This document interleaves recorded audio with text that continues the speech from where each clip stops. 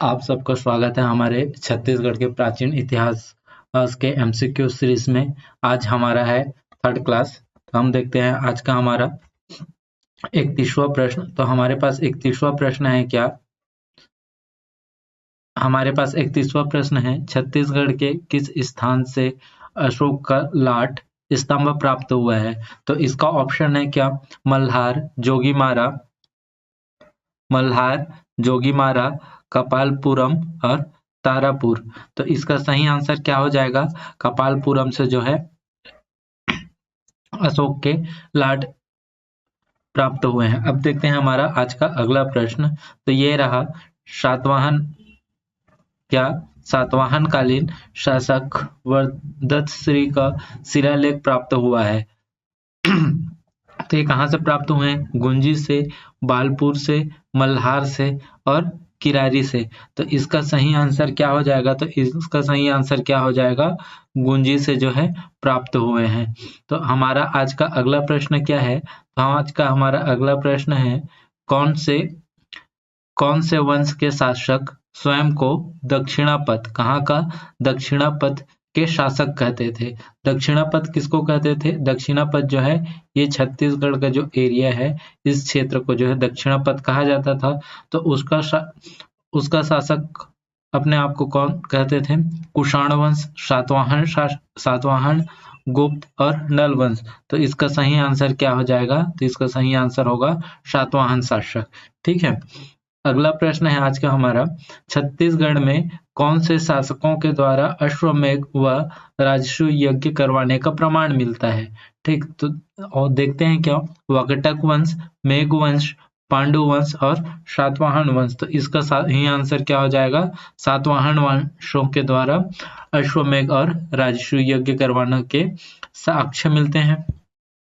अब बढ़ते हैं आज के अगले प्रश्न की ओर। तो आज का हमारा अगला प्रश्न है, छत्तीसगढ़ के कहा अकलतरा में मौर्यकालीन कितने आहत सिक्के प्राप्त हुए हैं? तो इसका ऑप्शन देखते हैं, 259, 256, 253, 260। तो सही आंसर क्या होगा? तो इसका सही आंसर हो जाएगा क्या? 259। ये हमारा सही आंसर होगा। या अकलतरा से मौर्यकालीन आहत सिक्के मिले हैं कितने? 259। ठीक है। ये रहा आज का 36वां प्रश्न, छत्तीसगढ़ के किस स्थान पे विश्व का प्राचीनतम नाट्यशाला स्थित है? तो इसका सही आंसर क्या होगा? देखते हैं, रामगढ़ की गुफा, जोगीमारा, सीता बेगरा और लक्ष्मण बेगरा। तो इस चारों ऑप्शन में से कौन सा हमारा सही आंसर हो जाएगा? तो इसका सही आंसर होगा क्या हमारा? सीता बेगरा। सीता बेगरा। और सीता बेगरा कहाँ है? सीता बेगरा जो है रामगढ़ की गुफा पे है। रामगढ़ की गुफा में क्या है? सीता बेगरा है। ठीक है। अब देखते हैं आज का हमारा अगला प्रश्न। तो आज का अगला प्रश्न क्या है, छत्तीसगढ़ का रोमन से व्यापार का साक्ष्य कहाँ से प्राप्त हुए? किससे? रोमन से व्यापार के साक्ष्य। तो इसका सही आंसर क्या होगा? देखते हैं उसके लिए, चकरबेड़ा, बिलासपुर, मल्हार और चौथा ऑप्शन क्या है? चकरबेड़ा और बिलासपुर दोनों। तो इसका सही आंसर क्या हो जाएगा? तो इसका सही आंसर हो जाएगा क्या हमारा? चकरबेड़ा और बिलासपुर दोनों जगह से रोमन व्यापार के साक्ष्य प्राप्त हुए हैं। ठीक है। तो अब देखते हैं हमारा आज का 38वां प्रश्न। 38वां प्रश्न है हमारा, 38वां प्रश्न है, कौन से वंश के राजाओं का प्रमाण पुराणों से प्राप्त हुआ है? तो इसका सही आंसर क्या होगा? उसके लिए देखते हैं, हमारे पास चार ऑप्शन है, मेघ वंश, कुषाण वंश, मौर्य वंश और चौथा कहता है क्या? मेघ वंश व कुषाण वंश दोनों। तो क्या होगा इसका आंसर? तो इसका आंसर क्या हो जाएगा हमारा? मेघवंश के जो है प्रमाण किससे मिले हैं? पुराणों से मिले हैं। ठीक है। आज का हमारा 39वां प्रश्न है, निम्न में से कौन से शासक नल शासक नहीं है?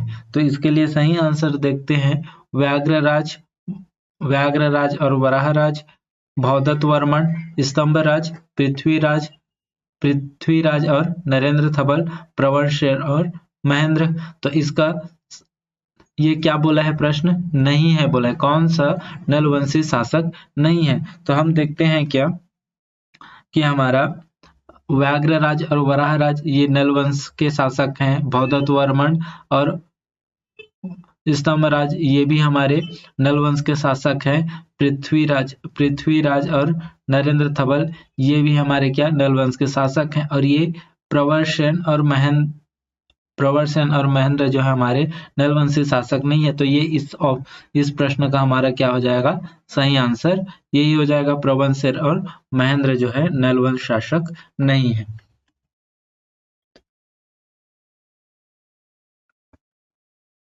अब हम देखते हैं क्या हमारा आज का 40वां प्रश्न, वाकटक वंशों के शासन के सही क्रम बताओ। ठीक है, सही क्रम बताना है तो इसमें क्या आएगा, तो ऑप्शन देखते हैं। पहला क्या, महेंद्र, पृथ्वीसेन, प्रवरसेन, रुद्रसेन, फिर सेकंड क्या है, रुद्रसेन, महेंद्र, पृथ्वीसेन, प्रवरसेन, फिर चौथा क्या है, महेंद्र, रुद्रसेन, पृथ्वीसेन, प्रवरसेन। तो इसका सही आंसर क्या हो जाएगा हमारा ये हो जाएगा क्या, महेंद्र सेन, रुद्रसेन, प्रवरसेन और पृथ्वीसेन। पहले शासक हुआ महेंद्र सेन, रुद्रसेन, प्रवरसेन और पृथ्वीसेन। तो इसका सही क्रम क्या हो जाएगा हमारा तीसरा। अब बढ़ते हैं हम लोग हमारे अगले प्रश्नों की ओर। तो हमारा 41वां प्रश्न है, छत्तीसगढ़ के कौन से शासकों की जानकारी अजंता अभिलेख से प्राप्त हुआ है। कौन सा अभिलेख, अजंता अभिलेख से।